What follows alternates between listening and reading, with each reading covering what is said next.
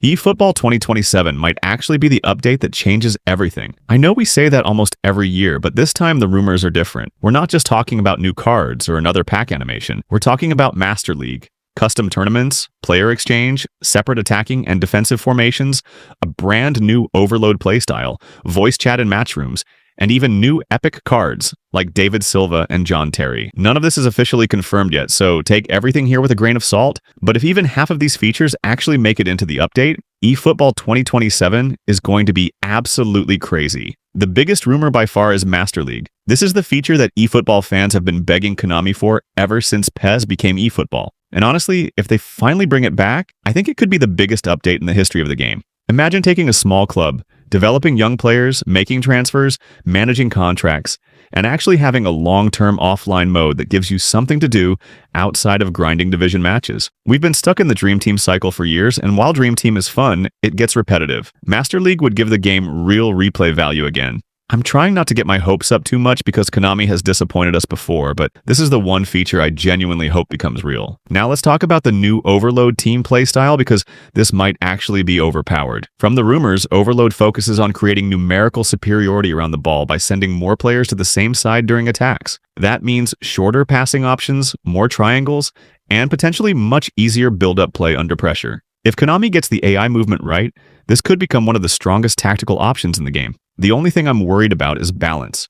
We all know how quickly one playstyle can become the meta in eFootball. If Overload gives too much support around the ball, everyone will start using it, and we'll be back to seeing the exact same tactical setup every match. Another feature that looks incredibly interesting is separate formations for attacking and defending. This is something real football teams do all the time.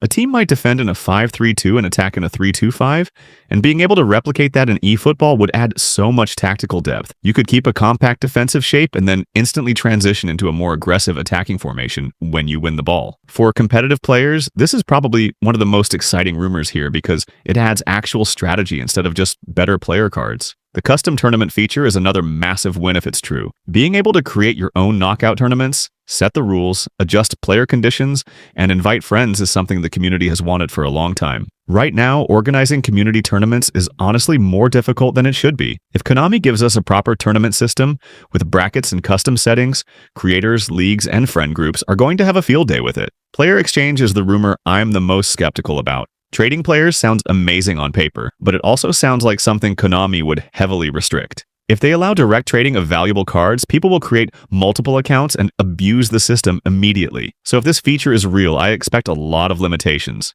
Maybe only certain card types, maybe value matching, maybe cooldowns. It could be great, but I wouldn't expect unlimited epic trading or anything close to that.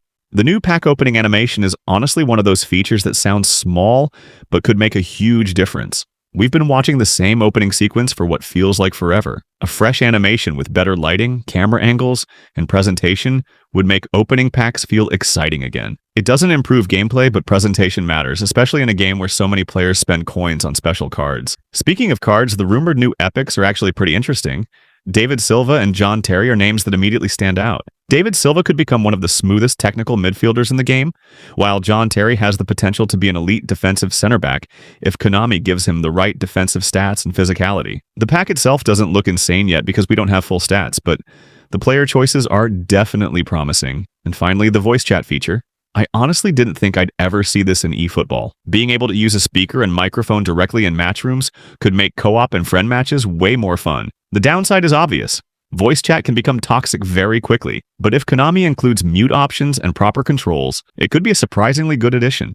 So here's my honest opinion. The only features I think have the potential to truly change eFootball are Master League, Overload, and separate attacking and defensive formations. The rest are great quality of life additions, but those three could actually change how we play the game. The important thing is that these are still rumors, and Konami has a history of under-delivering when expectations get too high. But if even half of these features arrive in eFootball 2027, this could genuinely be the biggest update we've seen since eFootball replaced PES. And for the first time in a long time, I'm actually excited to see what Konami does next.